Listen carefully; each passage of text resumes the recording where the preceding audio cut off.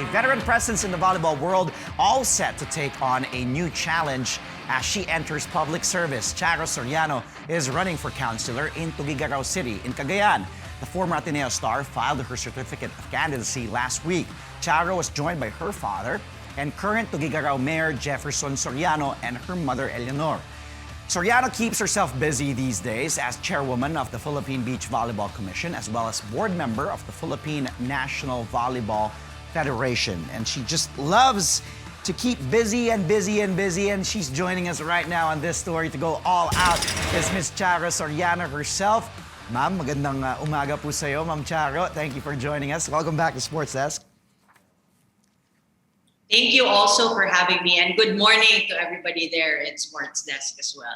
Charo, what made you decide to run for councilor in the upcoming 2022 elections?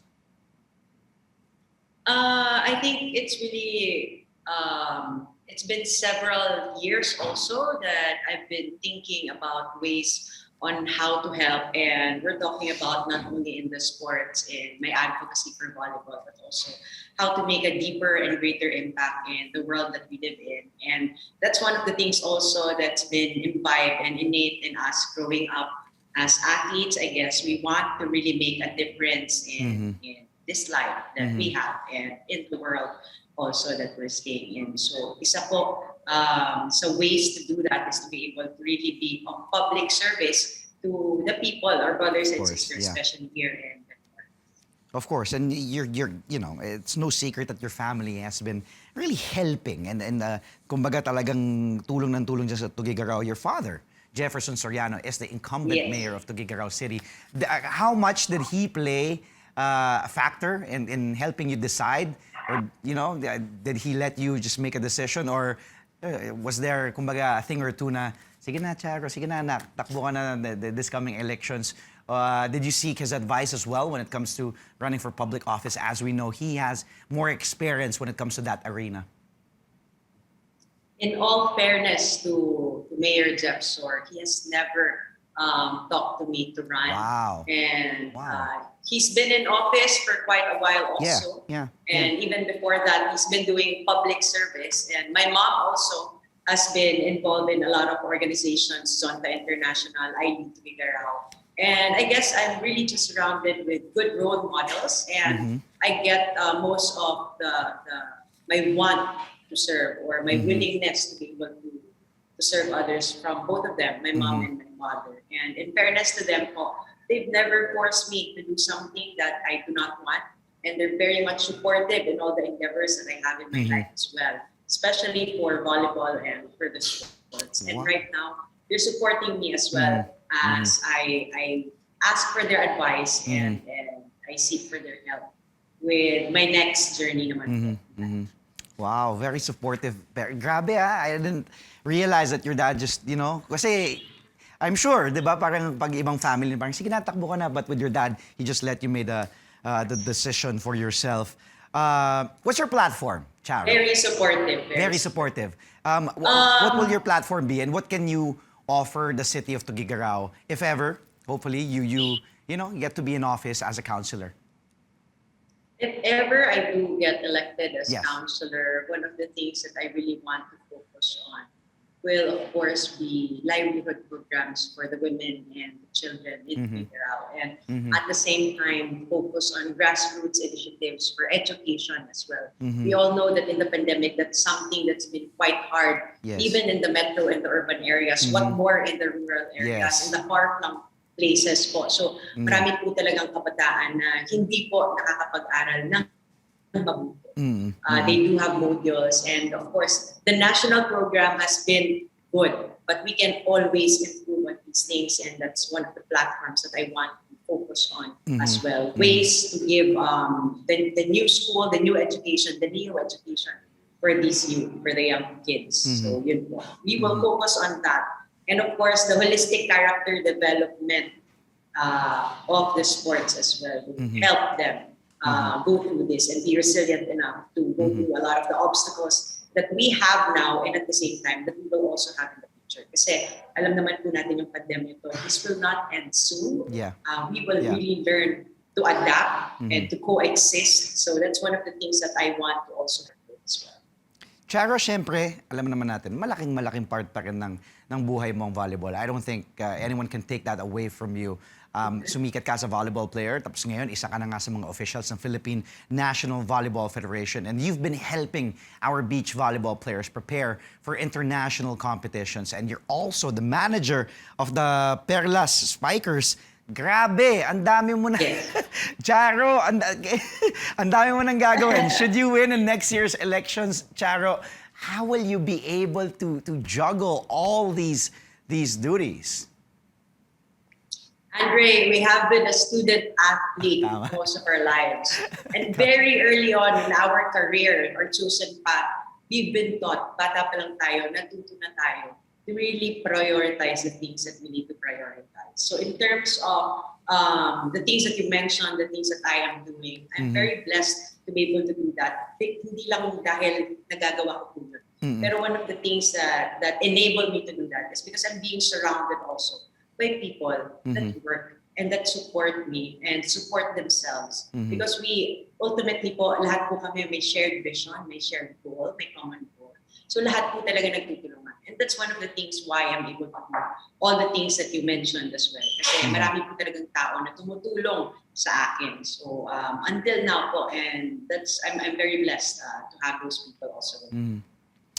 Well, you know, Charo, hindi lang naman ikaw yung athlete na tatakbo next year sa presidential race pa lang. Siyempre, nandiyan na si Pacman, si Senator Manny Pacquiao, tapos si James Yap, tatakbo rin bilang konsehal sa San Juan City. How do you think, you mentioned being a student athlete, yung kumbaga na-train ka na in your early years to juggle, but being an athlete, how do you think, will that help in your political career? A lot of the things, a lot of the personality and the character that I have is because I was an athlete. Resiliency is number one. We always say, fall 7 times, stand up 8 times. And here in public service also, that's going to be one of the things that can help us.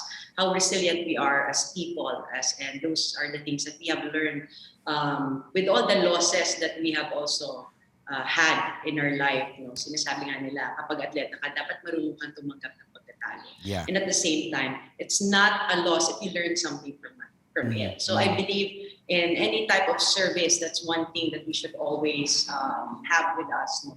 Yung willingness po to always learn from the things that are happening and to always improve. Kasi hindi po tayo pwede maging stagnant. And at the same time, kailangan po medyo malakas-lakas yung determinasyon natin sa ginagawa natin. Dahil hindi lang po para sa atin ito. Marami po tayong pinaglalaban. And as an athlete po, we know that because we fight for the name in our back and the name also in the front. So right now, we're fighting for an even bigger scale po. We're fighting for a city, for a municipality. And na-mention mo nga, Ante, some of the other athletes are also fighting for our nation. So sanay po lumaban ng mga atleta at ako naman po, I'm very proud to say that a lot of the things that I have learned po, ma-apply ko po talaga in public service as well. At kilala kita, grabe yung competitive spirit mo eh. Talagang yung magpatalo, di magpapatalo to si Charo. Talagang gagawin niya lahat. Well, Cha, please stay where you are. You will still be with us after this quick break. We have Charo Soriano. You're tuned in to Sports Desk only here on CNN Philippines. Volleyball official and Tuguegarao City Council aspirant Charo Soriano is still with us here on the show. But before we continue with our conversation, first let's find out the answer to our quiz. Question of the day. The question I asked earlier was, Charo Soriano steered the Ateneo Lady Eagles to its first V-League title as head coach back in 2011. That was 10 years ago. Who was Ateneo's import in that tournament? Maybe Charo, I'm sure Charo remembers. Cha, naalala mo pa kung sino import nung 2011? Of course, that was such a focal time for us. I do remember. Who was I it? don't know if the people answered it correctly. It's Pino. We call her Pino. It's Cassini Litawan. That's right. She was with us that time. Yes. Actually, of course, alam na alam ni Charo yun. And of course, it's Kisini Litawat of Thailand. And like what Charo said, she played a crucial role for Ateneo's successful championship campaign. And the Thai import was also named the conference MVP in the first conference ever of the V-League Season 8. Now, Charo, back to volleyball, something that you really love. Beach volleyball. Nabanggit last month ni PNVF President Tatsu Zara that there will be a national beach volleyball championship happening in December. Can you tell us more about this? I will do that also, and I will tell you even more. Go, Actually, please. this October, we have something in store also for the beach volleyball fans and the volleyball fans as well.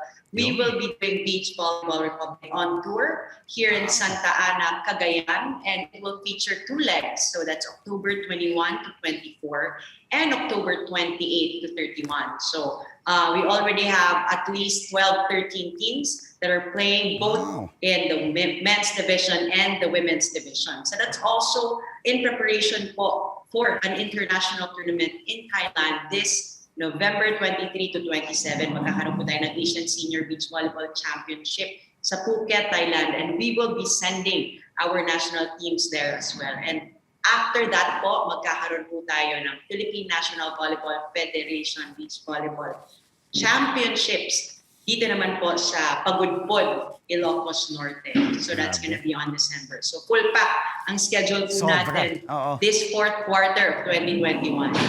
Wow, grabe. Thank you for sharing all that information, Charo, here on Sports Desk. 21 to 24, 28 to 31, 12, 13 teams. Sinusulat ko na lahat pati sa Phuket, Thailand. Tapos sa Pagudpod, ang gaganda ng mga location.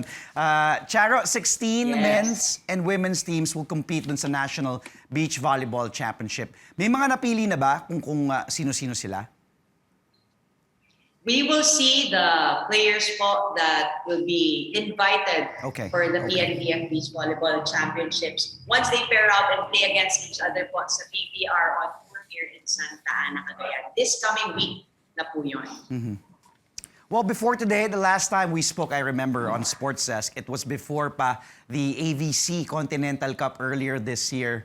Siyempre, yung beach volleyball teams natin nag-compete doon as part of preparations para doon sa SEA Games, which was supposed to happen in Vietnam this year. Biglang na-postpone yung SEA Games. Kamusta na yung teams natin ngayon? Naalala kong kukulit noon si Bernadette Pon, si Medina. Tuloy-tuloy pa rin ba ang training nila? Yes po, tuloy-tuloy po yung training nila. We were able to fortunately find LGU's local government units that have continuously adopted our teams po for their bubble training. So right after their stint in Thailand for the AVC last June, they were able to go to Puerto Galera also. Maraming salamat po sa LGU ng Puerto Galera because they really took care of us there. And of course, Dreamwave Hotel po nagbigay sa amin ng aming tutulugan. So maraming salamat po sa kanila. After that, tuloy-tuloy po ang training nila, strength and conditioning and training. And they're actually now getting prepared to also come here in Santa Ana in Cagayan for their bubble training right before their tournament. So yun naman po ang promesa ko sa kanila. It has not been easy for us to keep on doing bubble trainings, bubble tournaments. But so long as everybody participates po at lahat nag-coordinate, we can really make a lot of things happen. Charo, maraming salamat. Sana makasama din ng Sports Desk. Ang gaganda ng mga binabanggit mong location. Santa Ana, Tuguegarao, Puerto Galera, Phuket, Thailand, Pagudpod. But thank you. Thank you again for joining us. Stay safe. The best of luck to you. And maraming salamat. We'll talk to you again soon. That was volleyball official and Tuguegarao City Council aspirant, Ms. Charo Soriano.